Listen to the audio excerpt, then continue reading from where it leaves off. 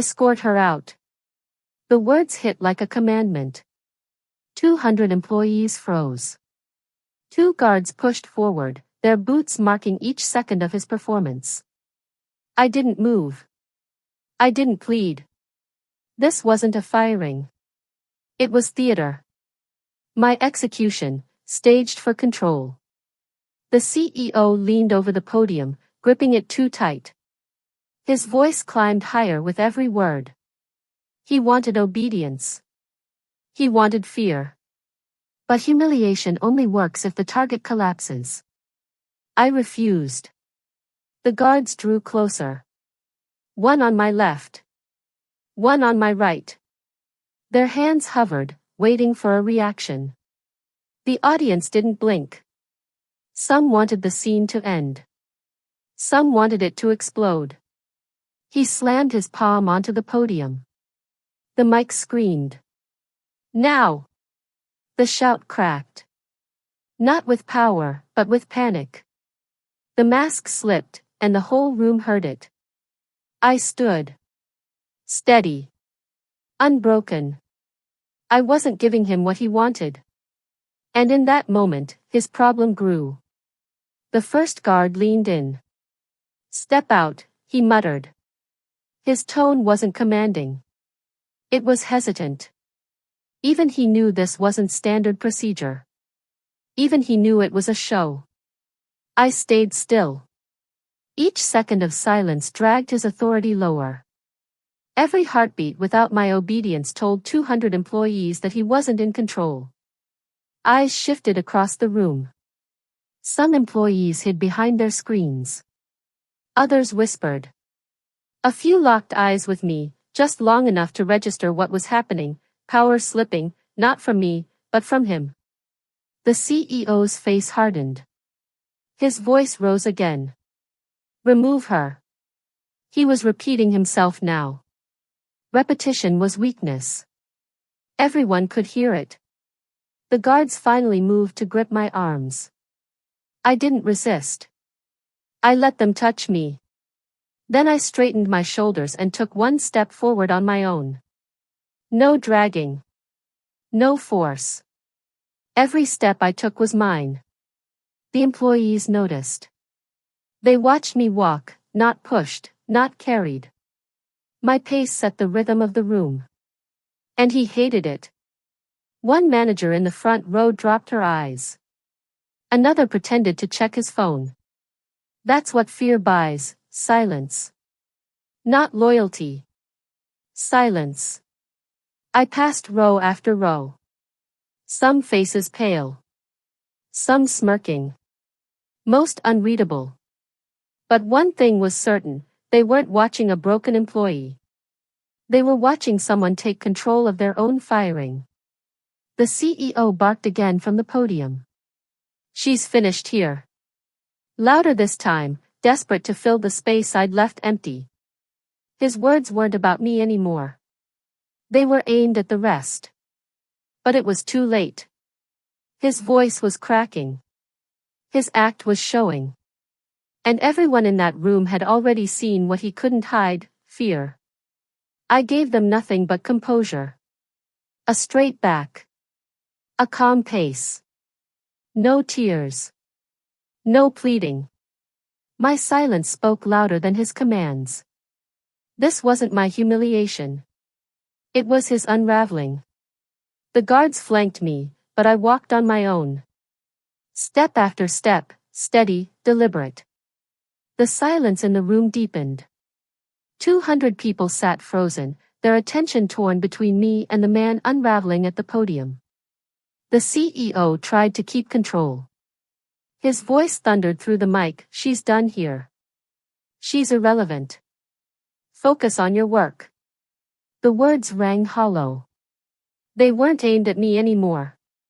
They were aimed at the audience. A reassurance he needed them to believe. But the silence told another story. No one moved. No one turned away. Every eye was still on me. I reached the exit doors. My hand brushed the handle. That was supposed to be the end of the performance, me, gone, forgotten. Instead, something cracked behind me. Fix it. The words tore through the room. His voice wasn't controlled anymore. It was sharp, frantic. He didn't mean me. He meant the systems. The employees looked at one another. Confused. Hesitant. They hadn't expected that. Neither had he. The panic slipped out too fast. He tried again, louder. Fix it now. The sound echoed against the walls. His fist pounded the podium. The mic squealed again. And that's when it happened. The room broke. Whispering. Side glances. A few bold enough to lift their phones under the table. The air shifted. This wasn't about me being escorted out. This was about something bigger. I turned slightly, just enough to see him. His eyes darted across the room. Sweat gathered at his temple. His tie was tugged loose.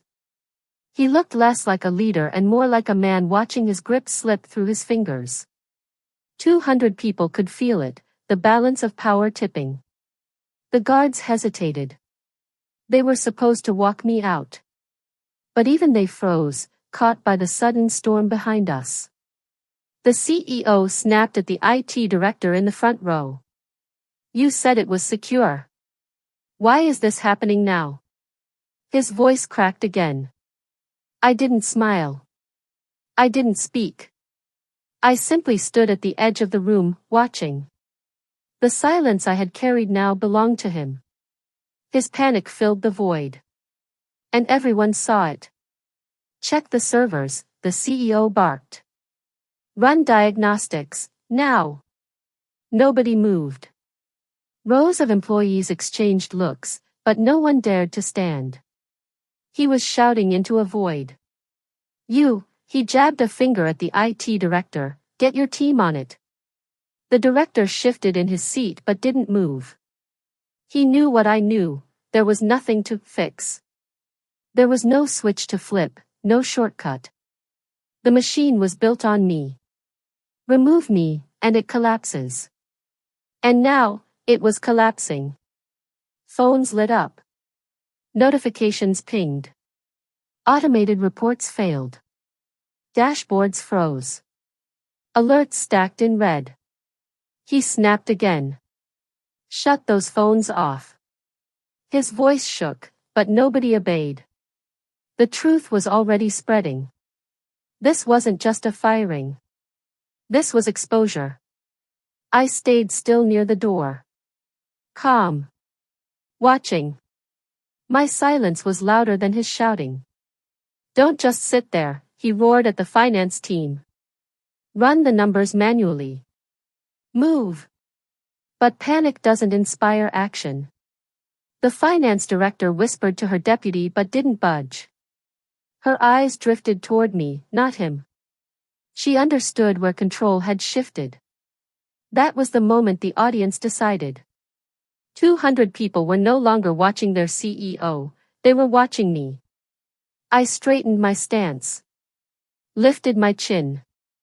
Not defiant, not theatrical. Just deliberate. I wasn't leaving humiliated. I was standing in the center of his downfall. Security. His voice cracked. Get her out of here. The guards advanced, but slower this time. Their confidence had evaporated.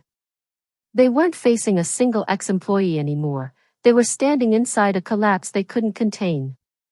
I didn't resist. I didn't move either. I simply waited. The failures spread.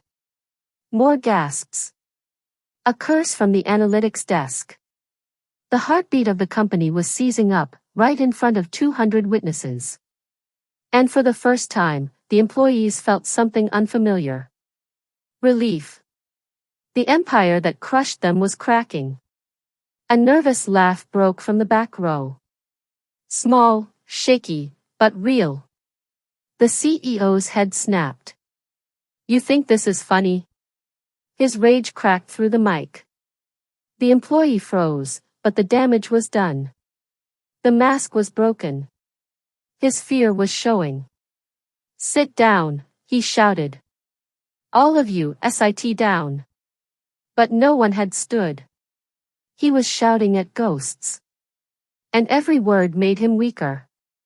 I let the silence breathe before I spoke. One word only. "No." 200 heads turned. For 10 minutes, he had screamed himself hoarse. With one word, I owned the room. I took a step forward. The guards froze. "I didn't touch a thing," I said. "You fired the only person who knew how it all worked. Now you're watching the cost." Whispers shifted into murmurs. The IT director stood. "She's right," he said quietly. "These failures aren't sabotage. They're dependencies." "Sit down," the CEO barked, but the words bounced off dead walls. The director didn't sit. Employees started nodding. Confidence spread. The vacuum of leadership had been filled, and it wasn't him anymore. "You wanted a performance," I said. "Here it is." The room moved on without him. Conversations started. Senior managers leaned together, whispering. Team leads pulled out their phones, exchanging messages. He slammed the podium again. "This is sabotage. You're all witnesses." But the room wasn't with him. They weren't his witnesses anymore. They were mine. His eyes darted, searching for allies. But the senior managers had already pulled away. The finance director shook her head at him. The IT director stood his ground. He turned to the COO. "Back me up." The COO stayed seated. Hands clasped. Eyes down. He wasn't risking his reputation. Not now. The CEO's voice fell flat. He had lost the room, and he knew it. The failures escalated. Another alert. Another crash. The revenue system stalled. Payment gateways misfired. Millions bleeding by the minute. "Call the board," he shouted. "Get them on the line." Too late. They were already watching. A live feed of the all hands was streaming to every director's inbox. His meltdown was public record now. And I stayed silent. That was the blade. I didn't need to scream. My composure was enough to show them where the real power was. The guards hesitated again. One finally whispered, "Sir, should we?" "Yes," he snapped. "Now." But neither moved. They weren't hired to drag someone out of a collapsing empire while 200 witnesses recorded on their phones. That hesitation broke him further. He banged the mic. "This is my company." His voice cracked. "Mine." It was the loudest admission of weakness he could have made. Because ownership isn't declared. It's demonstrated. And right now, he had none. The employees weren't afraid anymore. They leaned back in their chairs. Some even smiled. The spell of fear that held them for years had broken in minutes. I stepped closer to the stage. The guards stepped back. "You built this company on control," I said. But control without competence collapses the moment it's tested. The CFO finally spoke. Her voice was calm, almost cold. "He's right, you know." She looked directly at him. "This was avoidable. But you made it personal. Now it's systemic." The room froze at her words. The CFO wasn't a rebel. She was the numbers. If she was breaking from him, the collapse was complete. He turned on her. "Don't you dare." But she cut him off. "Save it. You're finished." His knees buckled slightly as he gripped the podium. Sweat dotted his temple. His authority wasn't just slipping, it was gone. The IT director addressed the room. "We need contingency protocols." Without her, he nodded toward me, half the infrastructure is unreadable. No one else knows how it fits together. The COO added, if we don't stabilize now, by end of day we'll be locked out of critical systems. And the employees listened. Not to him. To us. The CEO raised a trembling hand. Don't listen to her. She's manipulating you. But every eye stayed fixed on me. I gave my final line. Calm. Final. You fired the system when you fired me. The rest is just math. And with that, I stepped away from the door, not escorted, not forced. I walked out on my own terms, while his empire crumbled behind me. The guards didn't follow. The employees didn't stop me. The managers didn't speak. Because they all knew the truth. This wasn't my exit. This was his. The board didn't wait. By the time I walked out of the all-hands, calls were already flying. Directors dialing each other. Lawyers on standby. Investors demanding clarity. Because 200 employees had witnessed something you can't spin, a CEO losing control in real time. The recording spread within the hour. By lunch, the clip was in every executive inbox. By evening, it reached the press, quietly, not public, but through the network of analysts who lived on leaks. The board convened an emergency call. The CEO tried to frame it as sabotage. He shouted about loyalty, betrayal, and data manipulation. But his voice trembled. They didn't hear confidence. They heard liability. And boards don't protect liabilities. They remove them. The chairman asked the only question that mattered. Why did every system fail within 10 minutes of you firing her? The CEO hesitated. He reached for excuses. None fit. She must have had access codes, hidden levers. The chairman cut him off. Access is oversight. Oversight is your responsibility. If one employee can take down the company, that's not sabotage. That's failure. Yours. Silence. The directors smelled blood. Another voice joined, an investor, blunt and impatient. Markets open in 6 hours. If this story leaks, we don't lose millions. We lose valuation. Billions. Who's covering that? No one answered. The CEO tried again. This is a coordinated attack. She's. But the CFO spoke first. No. It isn't. Her voice carried weight now. This isn't sabotage. It's dependency. We built everything around her models. She warned us. Repeatedly. We ignored her. A pause. Then she added, that's not her failure. That's ours. And yours. It landed like a verdict. The COO jumped in. We can recover, but only if we bring her back immediately. Without her, we'll be blind by tomorrow. The board seized on that. Not his words, mine. Bring her back. The CEO's face drained. He knew what that meant. They weren't asking. They were deciding. One director spoke flatly. We can't bring her back under him. She won't return.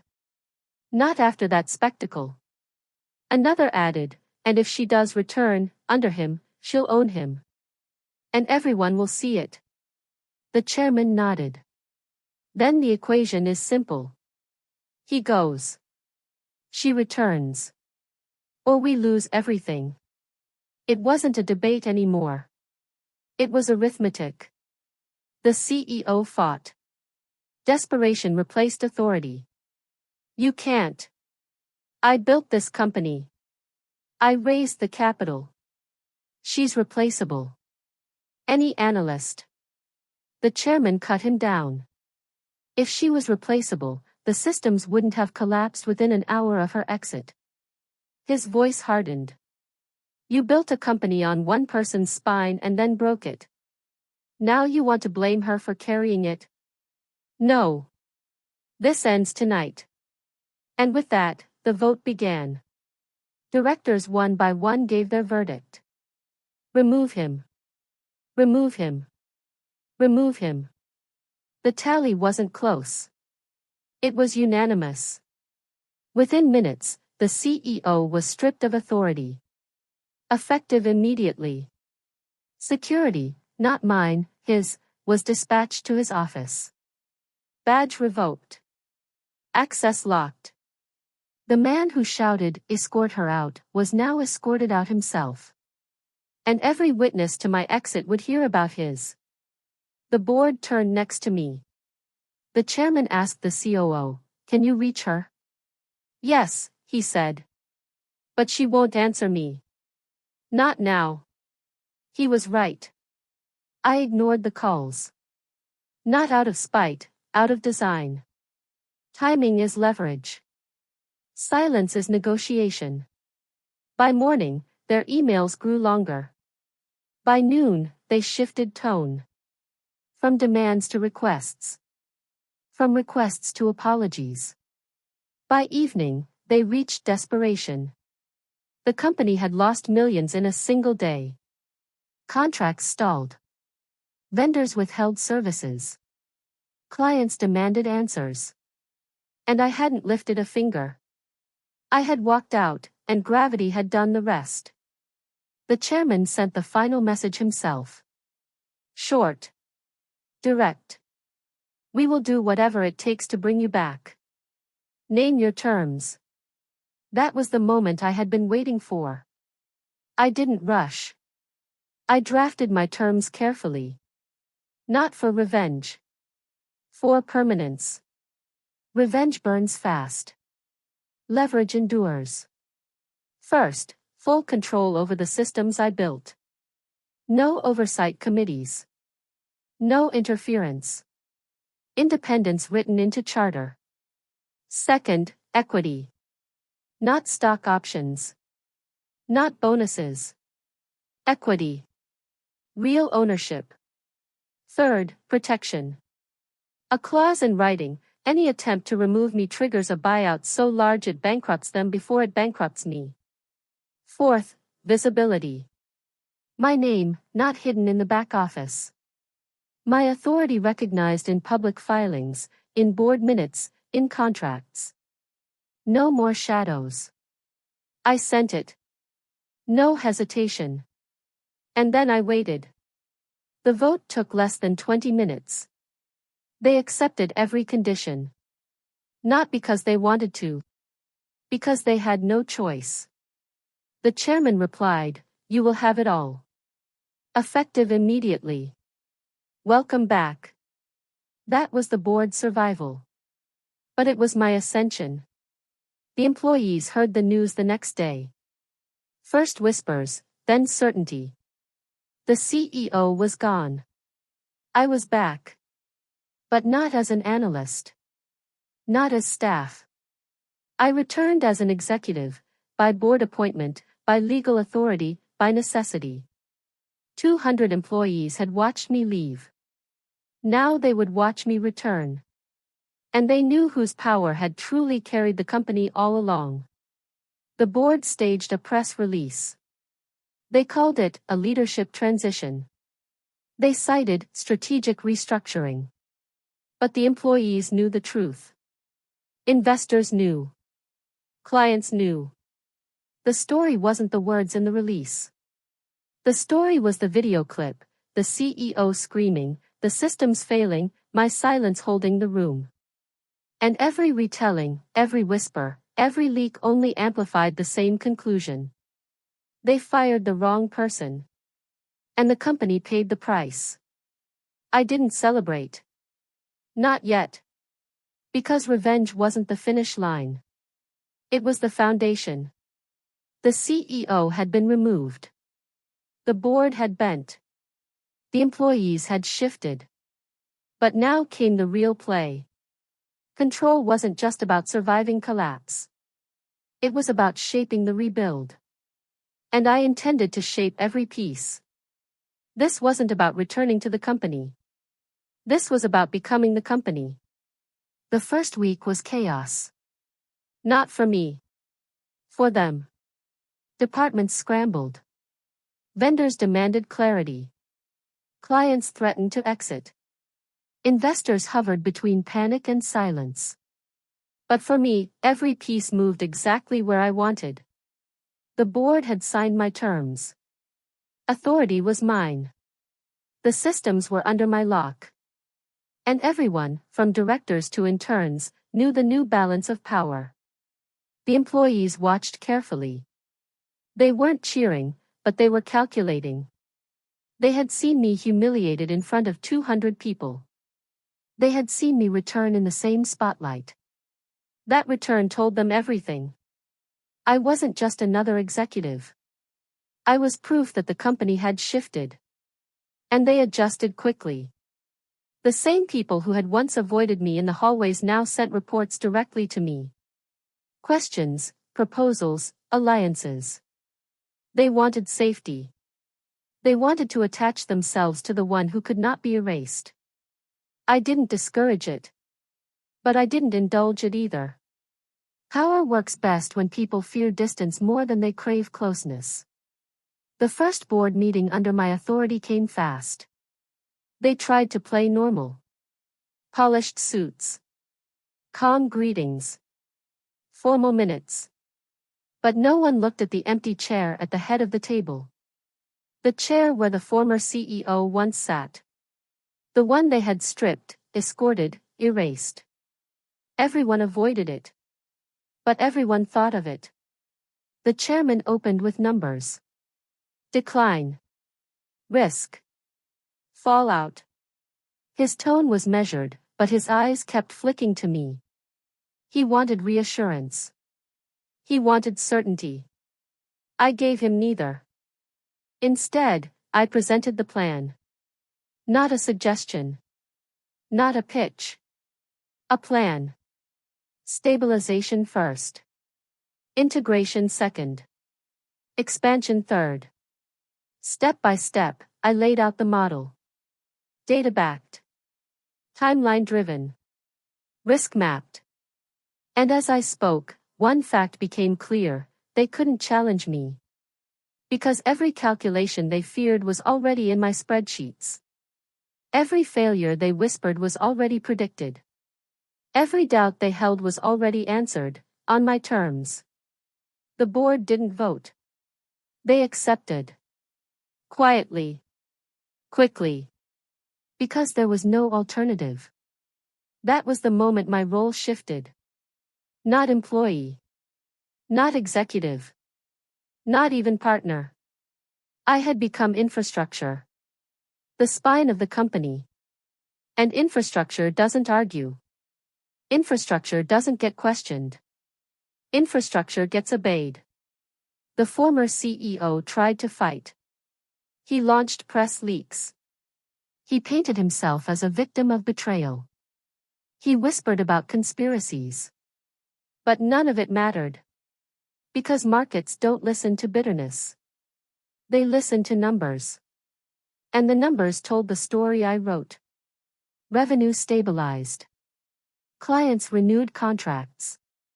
Investors returned cautiously, but they returned. Every gain reinforced my authority.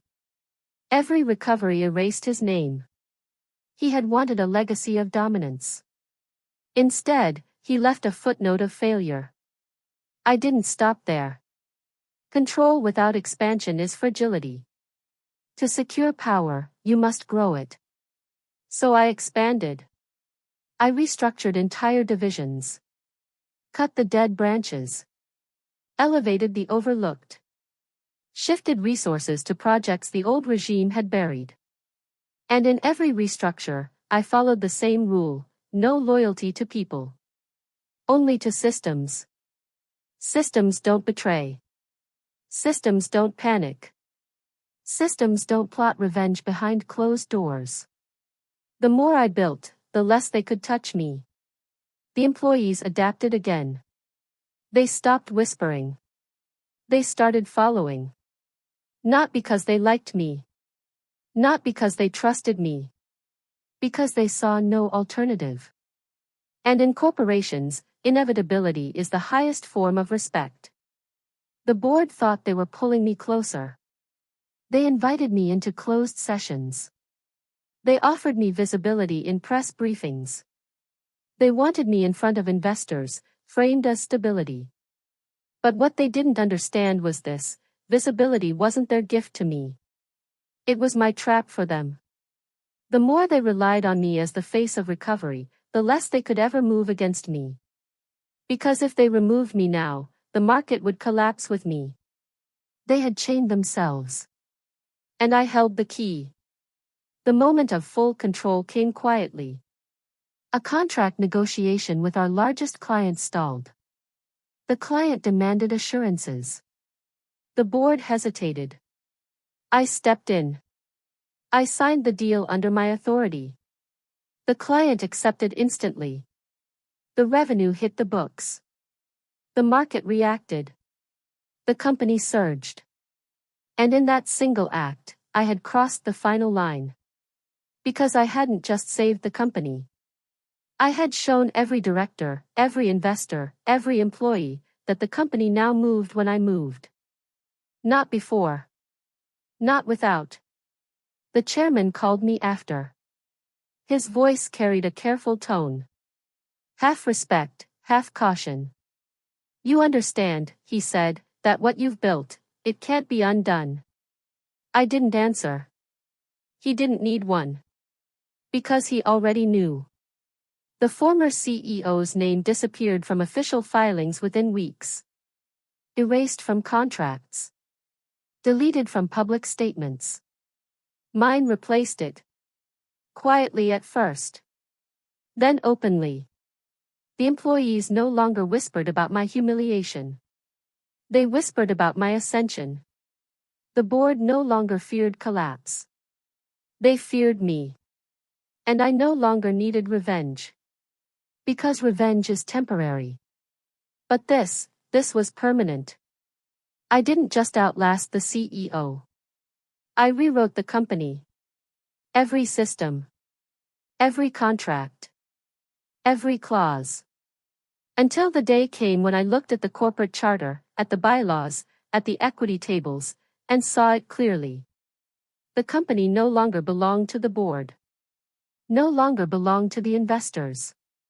It belonged to me. Not because I bought it. Because I became it. And when the next all-hands meeting arrived, 200 employees gathered again. This time, no one escorted me out. They waited. They listened. Because now, when I spoke, it wasn't as an analyst. It was as the one who had been fired in public, humiliated, underestimated. And then returned to take everything.